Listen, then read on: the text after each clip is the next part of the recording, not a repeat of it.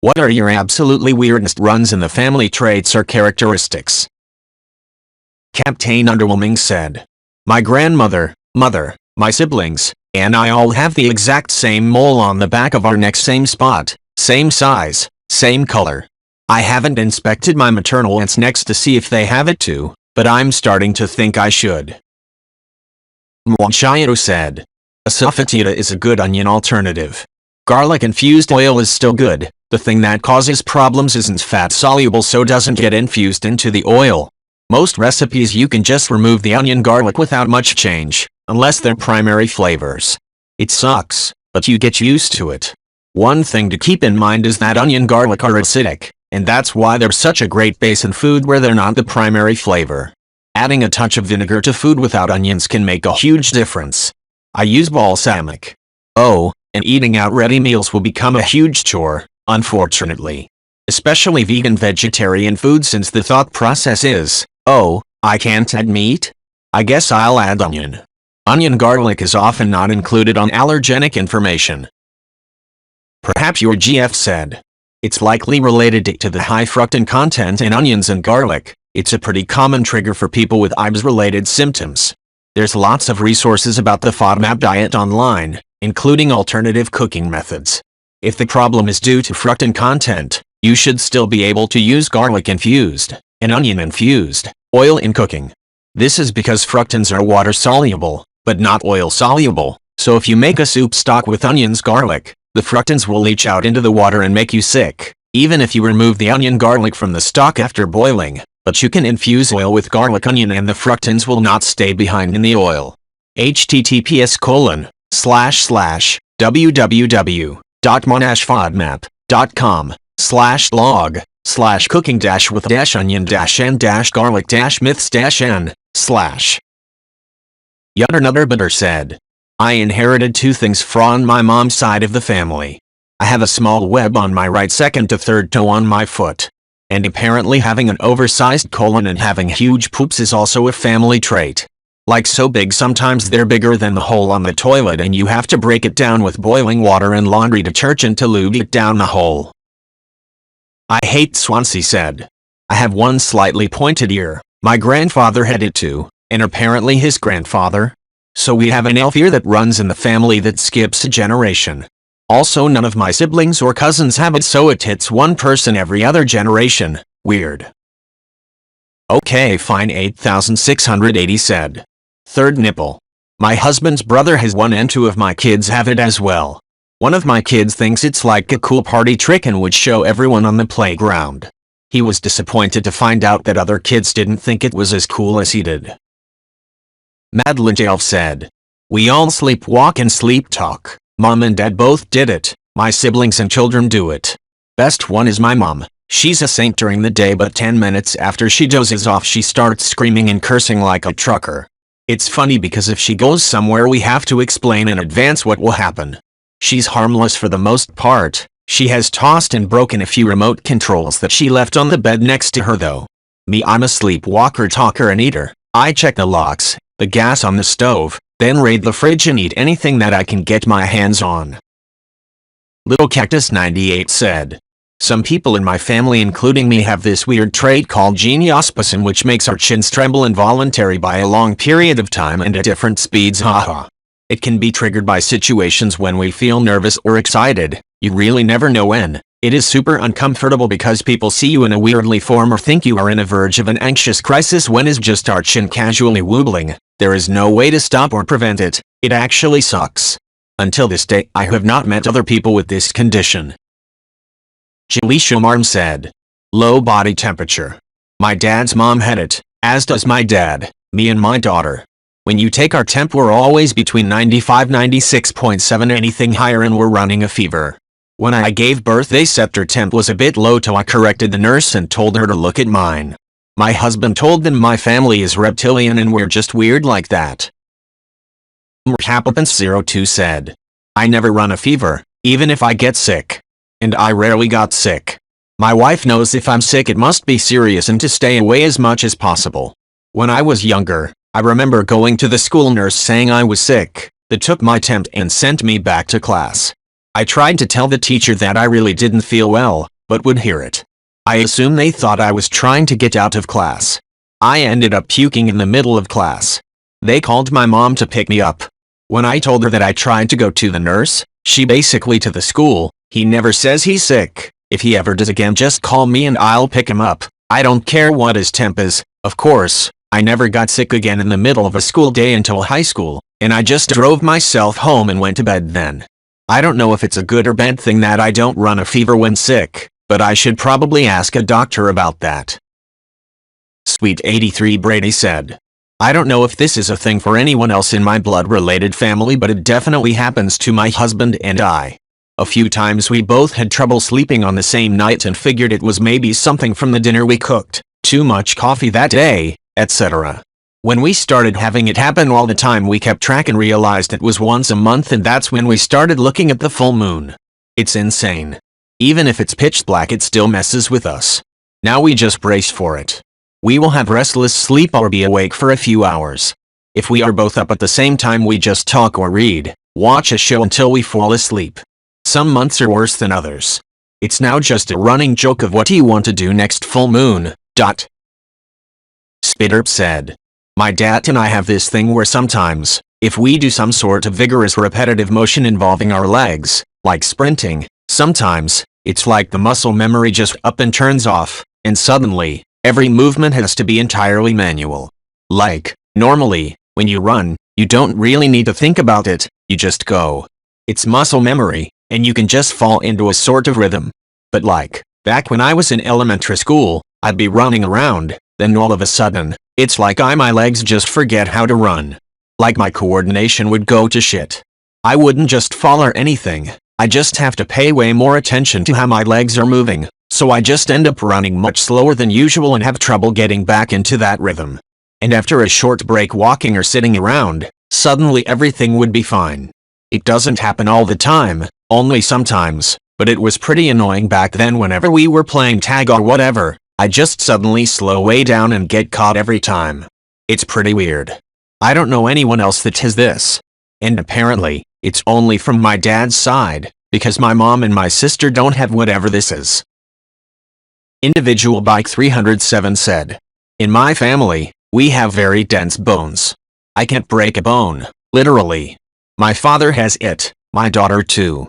I've been in 2 serious car accidents, 1 serious motorcycle accident, fell from 3rd store window as a kid and had a few more serious falls. Lots of cuts and bruises but bones in perfect condition.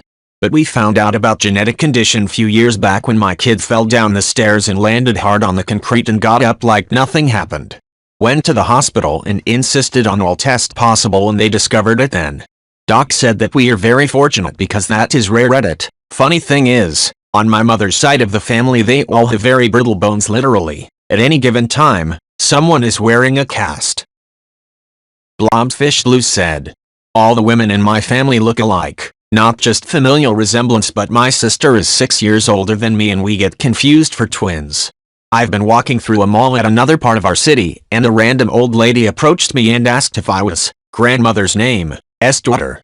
The genetics are freakishly, in my opinion, strong. My grandmother's siblings are the same, grandfather too.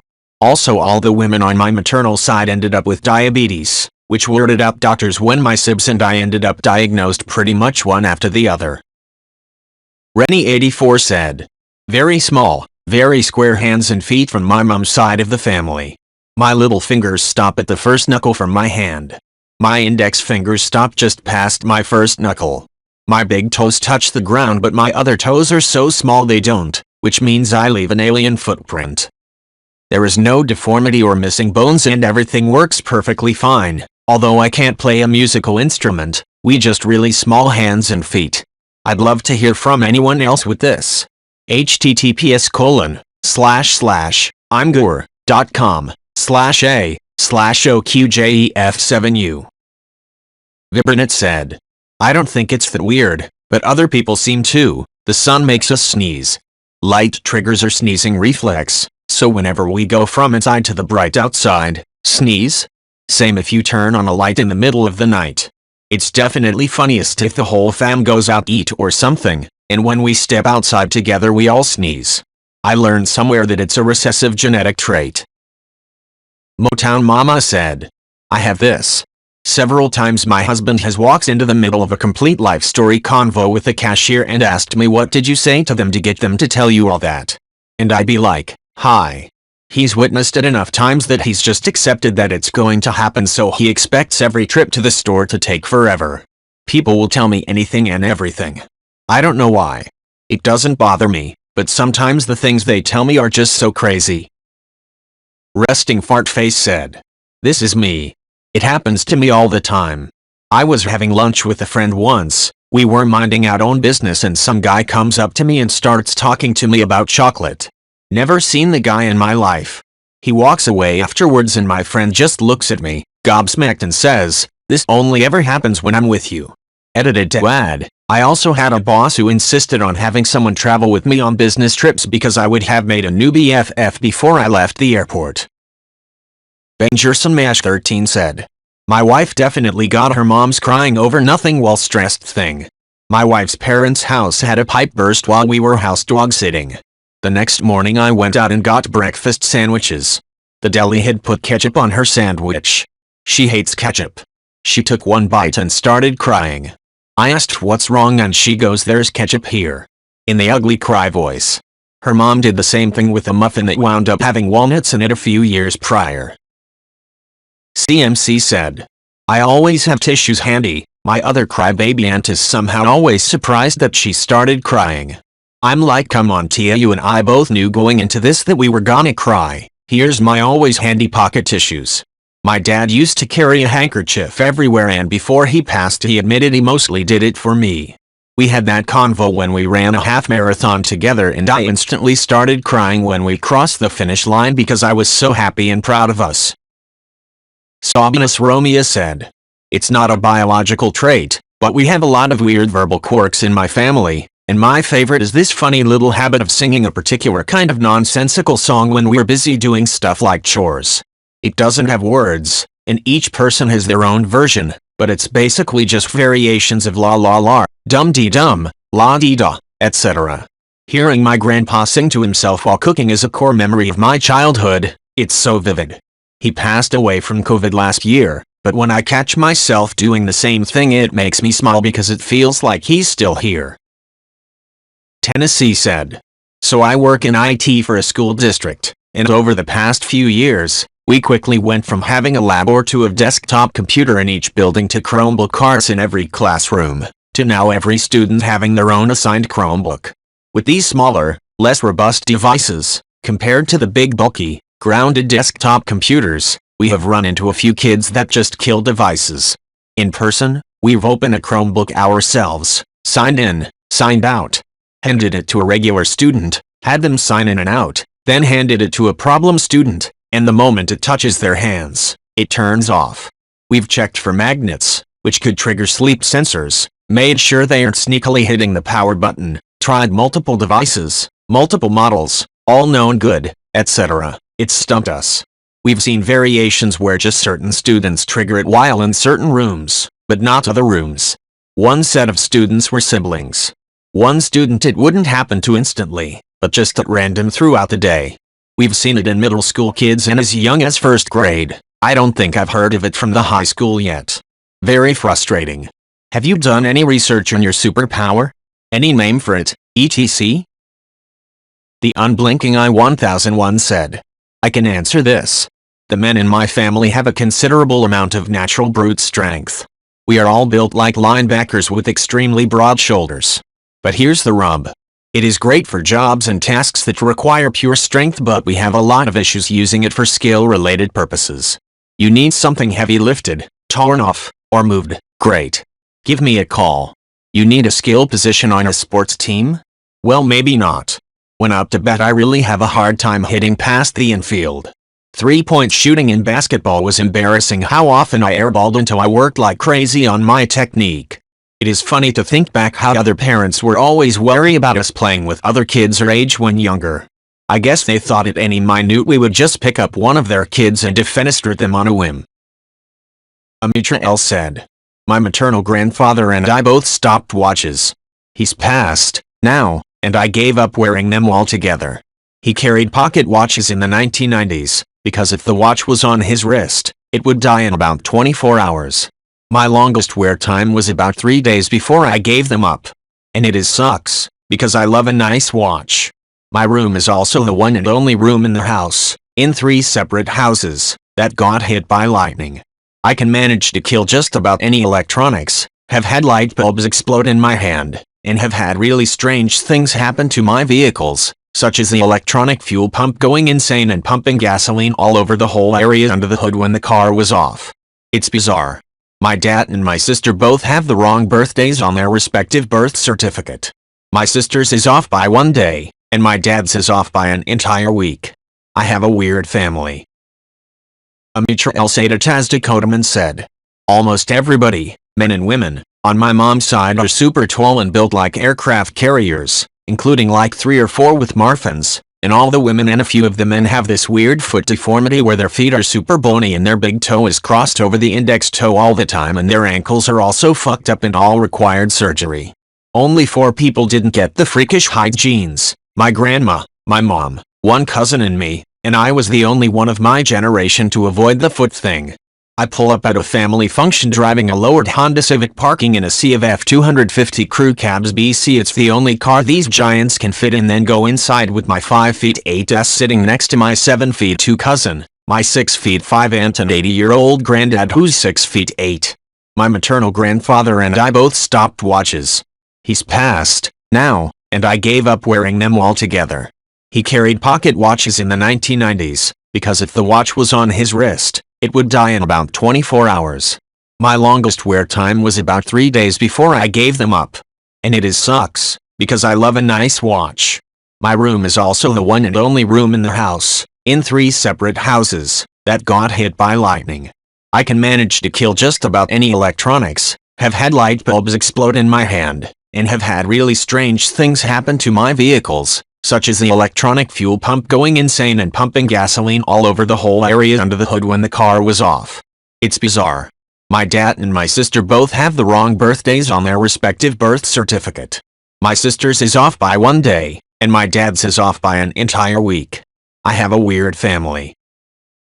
Jacalepish said, for some unexplainable reason, my siblings and I are able to fix any electronic devices in our homes just by inspecting them to see why they aren't working. By that, I mean that something will stop working for someone, one of us will pick it up, look it over, put it down, turn it on, and it starts working like normal again. We literally do nothing to actually repair these items.